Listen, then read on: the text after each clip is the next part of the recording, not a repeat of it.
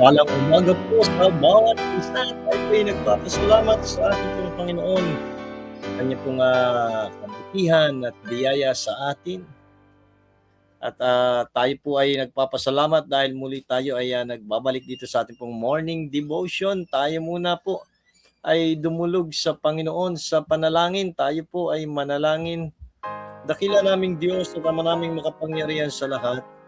Kami po ay nagpapasalamat, Panginoon, sa umagang ito. Salamat po sa kalayaan na binigay niyo sa amin upang muli naming pagbulayan ang inyong mga salita. Samahan niyo po kami at kayo po ang magbigay sa amin ng mapagpakumbabang puso at kaunawaan sa inyong mga salita na aming pong pagbubulayan. Ang lahat ng ito ay aming samat dalangin sa pangalan ng Panginoong Hesus. Amen. Amen. At magandang umaga po sa ating mga kapatid na lagi natin kasama dito sa ating morning devotion at ating pong ipagpapatuloy ito pong ating pinagbubulayan sa salita ng Diyos. Sa mga kapatiran po natin diyan sa Kalamba, magandang umaga. Ang maging mga sa Bicol, sa Pili at sa Libon Albay sa Puntao. Magandang umaga po.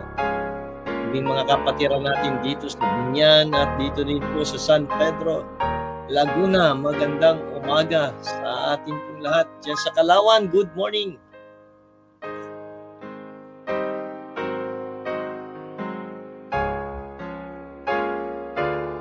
At ang ating pong ipagpapatuloy, ito pong ating pong pinag-aaral dito po sa chapter 57 ng Psalms.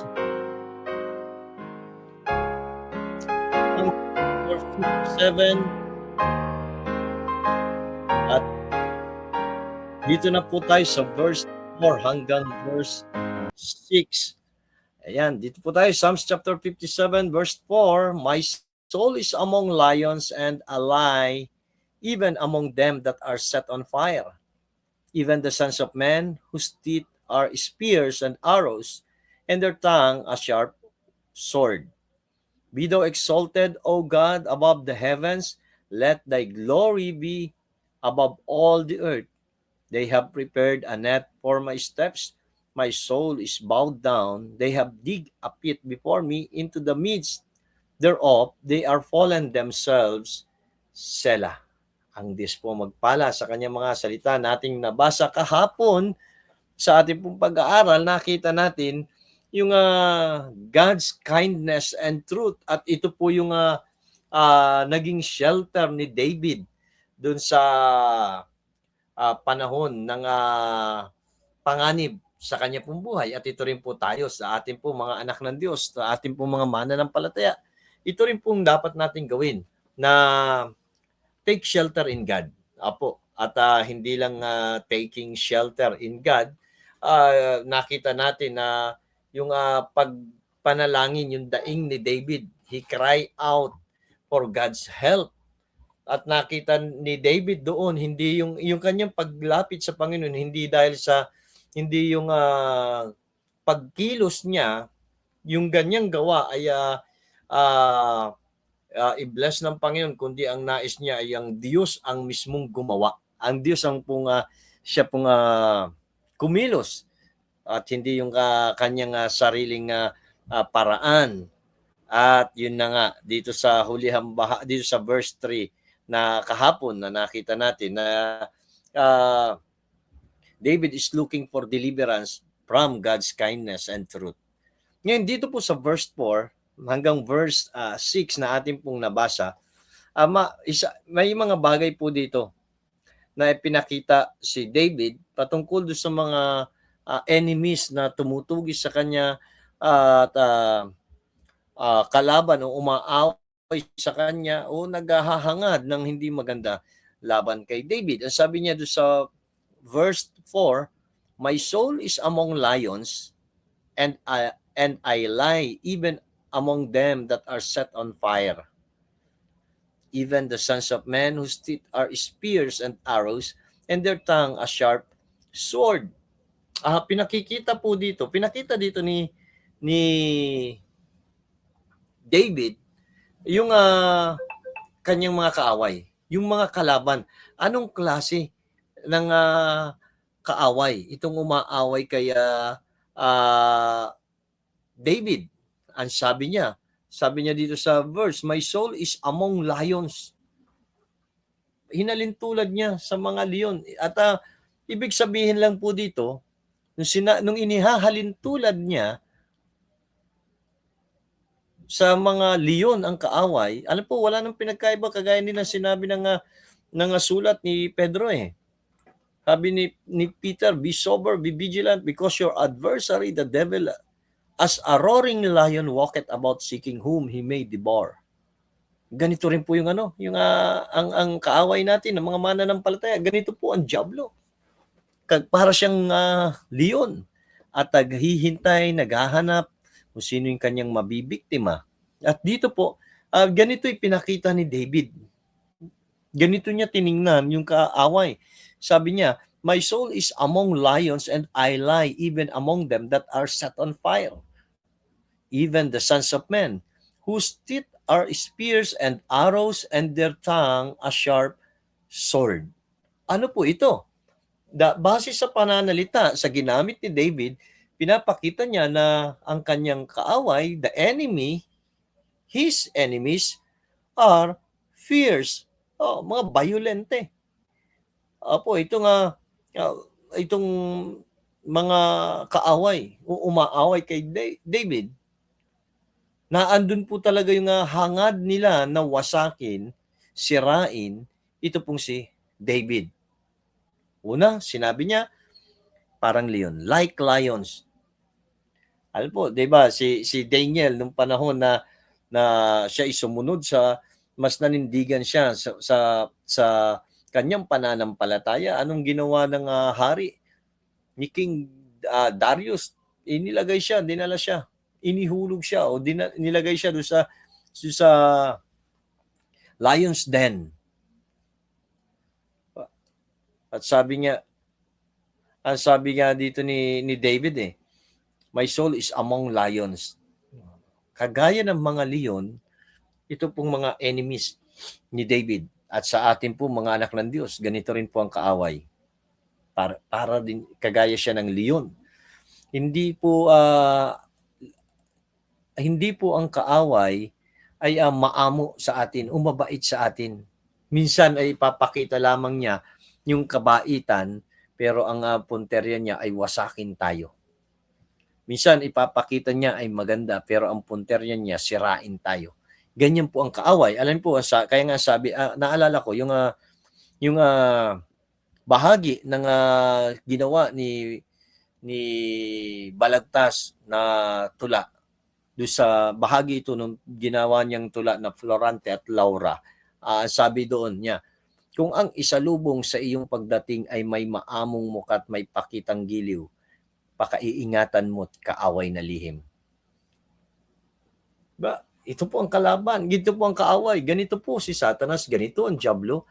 Magpapakita lamang yan ng maganda sa atin, pero ang kanyang layunin, wasakin tayo. Kaya nga po, hindi lahat ng magandang bagay na dumarating ay isipin natin ay pagpapala. Baka yan minsan ay patibong ng kaaway para wasakin ka. Baka yan, akala natin, uy, blessing ito. Pero yan pala, ay pain ng kaaway. Pain o patibong para wasakin tayo. Bakit? Yun po yung kanyang layunin. Ganun ang kanyang misyon. Di ba? Sabi ng Panginoong Jesucristo sa John chapter 10, verse 10, "The thief cometh not but for to steal, to kill, and to destroy." Yun po yung ang hangad ng diablo. Ganyan ang hangad ng kaaway. At ganun din sa atin. Ang hangad sa atin ng kaaway, wasakin tayo. At minsan, gumagamit siya ng mga iba't ibang paraan. Gumagamit siya ng pain, gumagamit siya ng patibong, minsan gumagamit siya ng tao, ng ating kapwa, para tayo wasakin. Kaya dito, sabi ni David, "My enemies are fierce." At sila'y malapit lamang. Ito sabi niya "My soul is among lions." Ibig sabihin, nakakasalamuha lang niya. "And I lie even among them that are set on fire. Diba? Sabi niya, like kagaya ng leon, at hindi lang yan, sabi niya set on fire. I lie even among them that are set on fire. Para bang naandun nag-aalab, nag-iinit yung kanilang mga damdamin laban sa kay David. Ganito pong meron bang kaaway na natutuwa sa kanyang kalaban, sa kanyang kaaway? Hindi. Kaya ang diablo hindi rin natutuwa sa atin.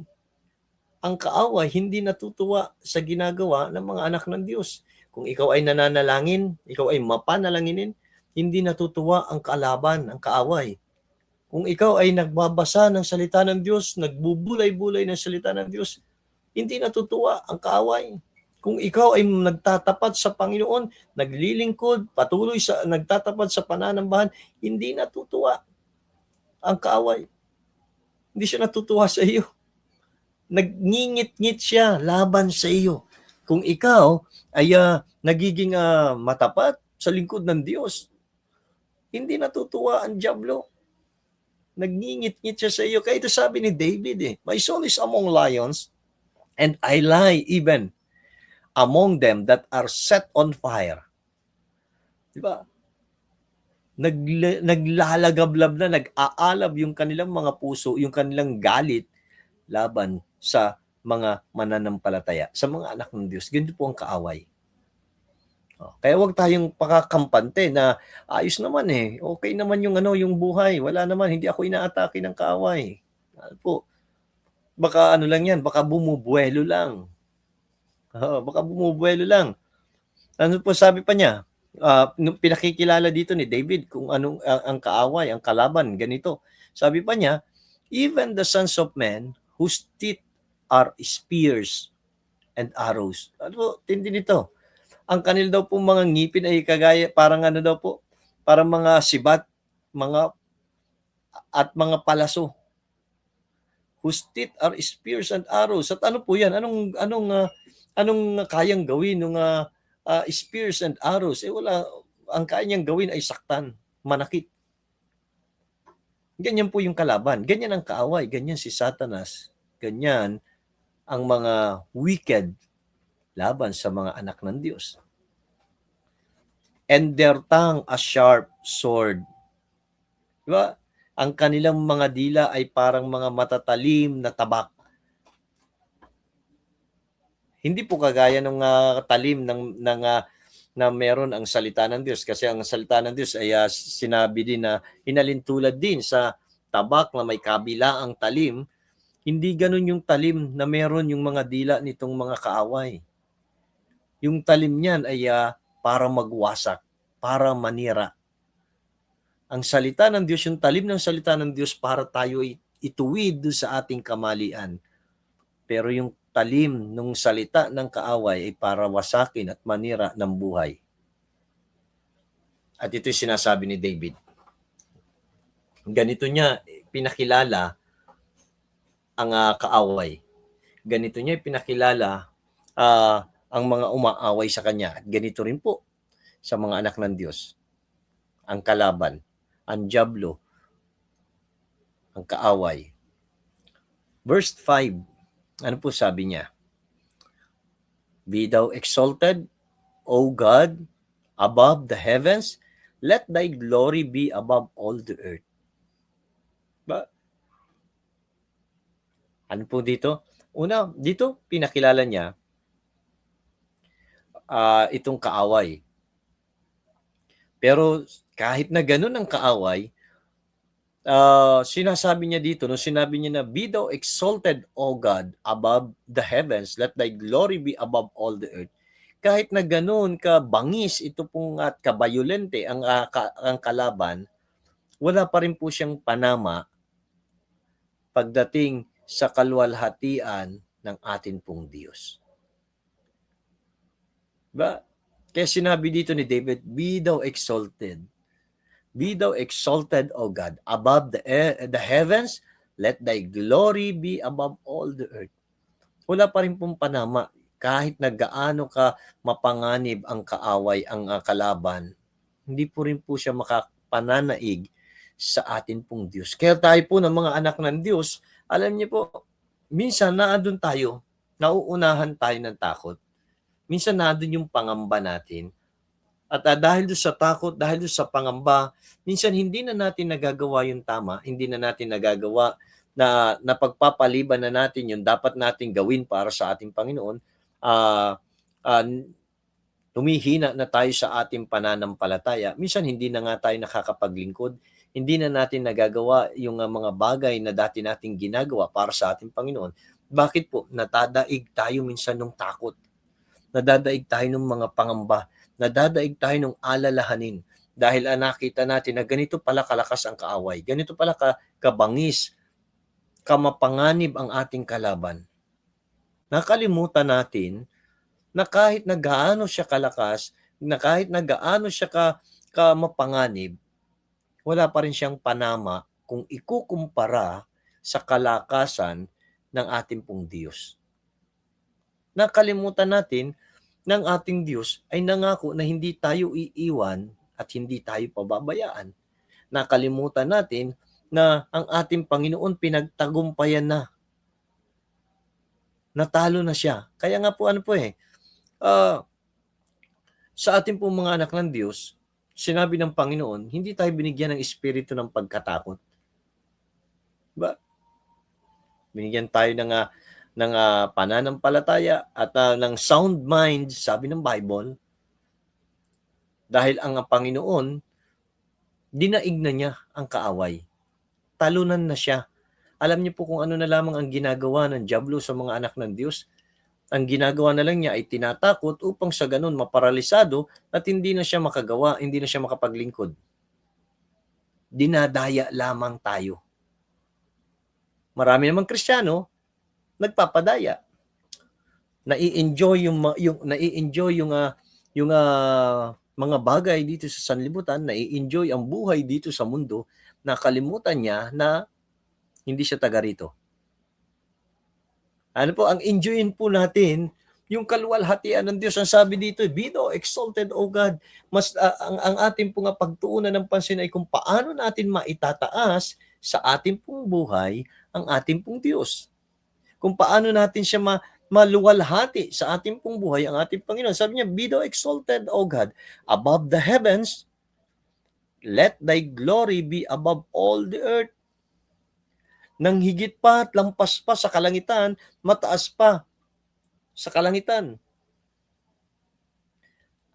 Diba? At sabi pa niya dito, let thy glory be above all the earth.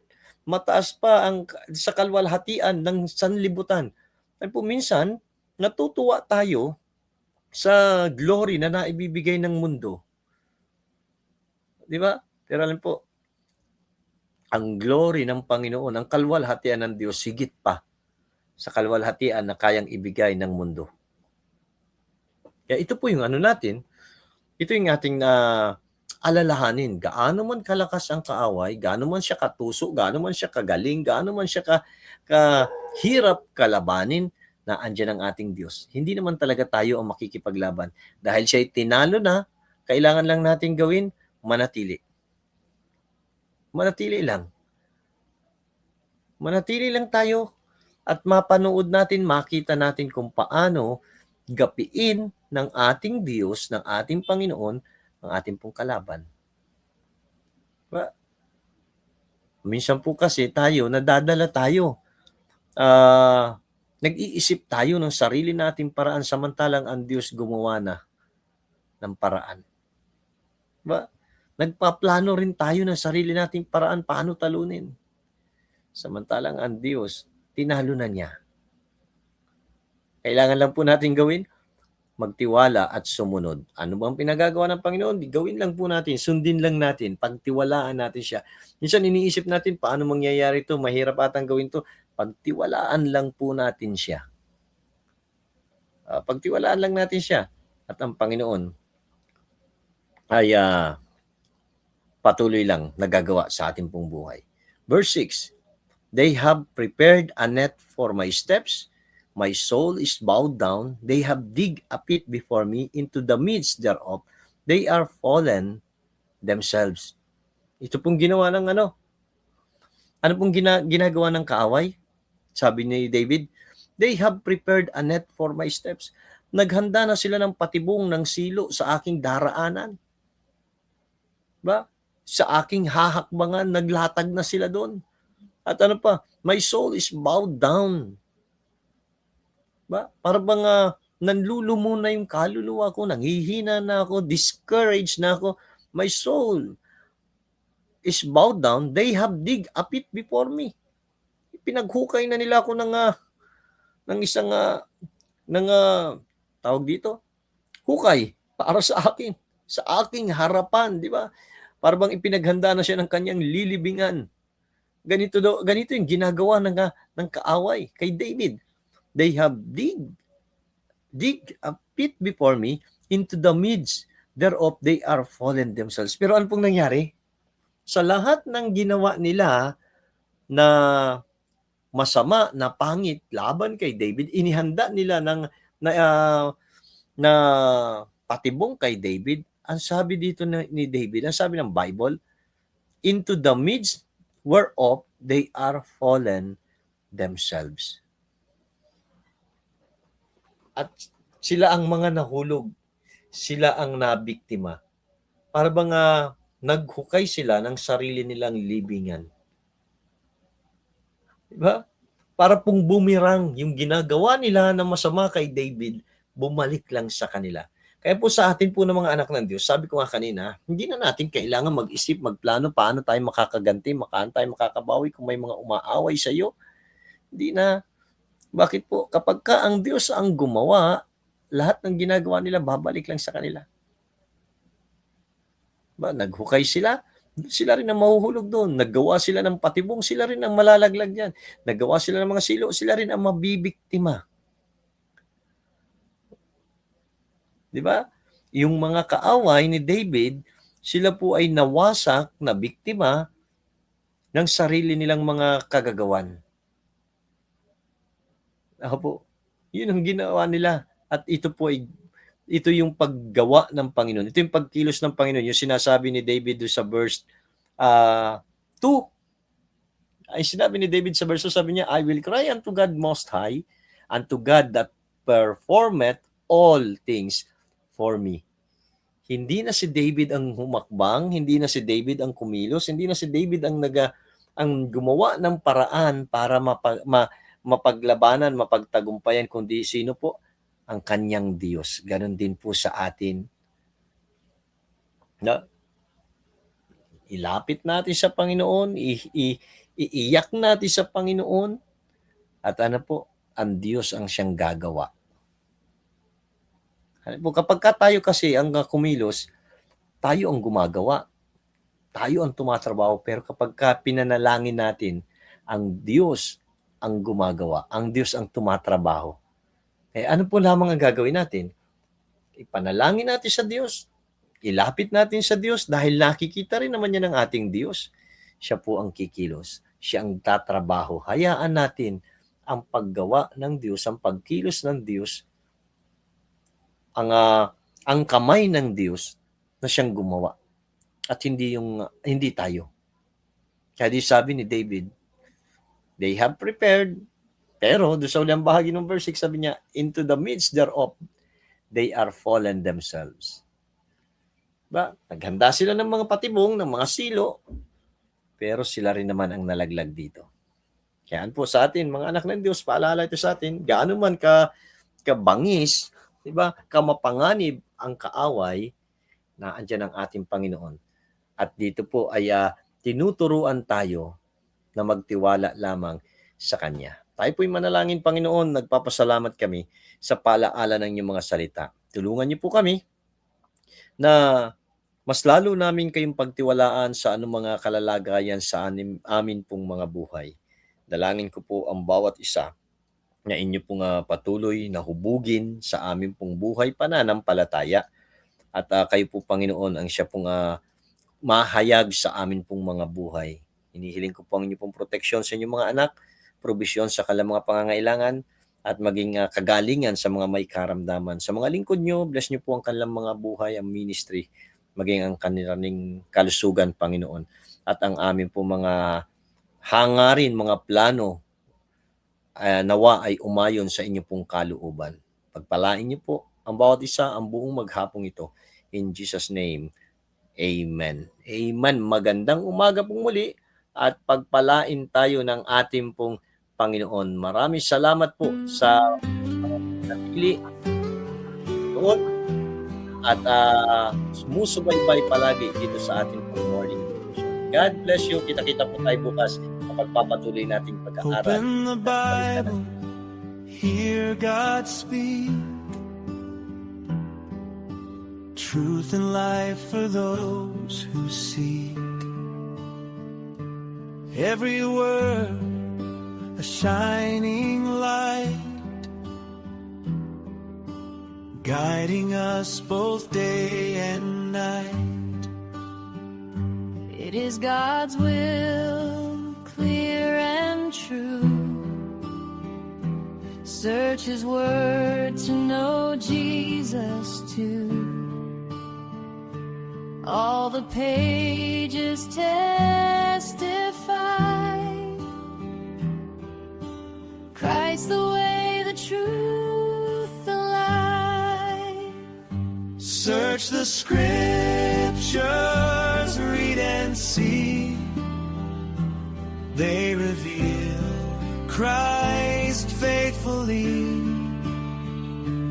In His name life is given, eternal life, the hope of heaven.